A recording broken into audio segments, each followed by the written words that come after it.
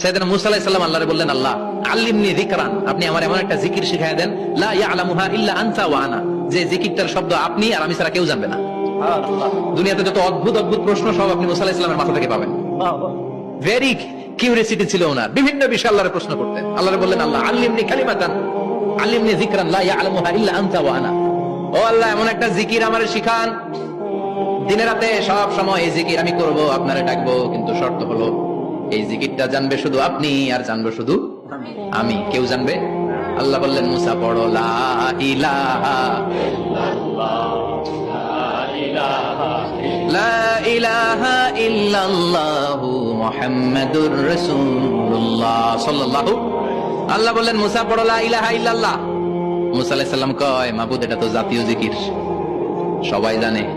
জানেন জানে না লা ইলাহা ইল্লাল্লাহ এমন কেউ আছে? কথা কন, জানেন না আপনারা?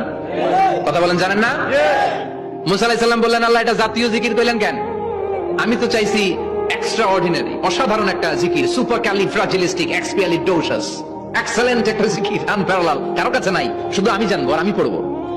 আল্লাহ বললেন, মুসা এই লা ইলাহাকে যদি এক পাল্লায় রেখে দাও, তাম বিশ্ব, সাত আকাশ, সাত জমিনটারে তুলে যদি তুমি আরেক পাল্লায় রেখে দাও, লা রাজাহাত কাফাতু লা ইলাহা ইল্লাল্লাহ, মুহূর্তের মধ্যে লা ইলাহার পাল্লা ভারী হয়ে যাবে।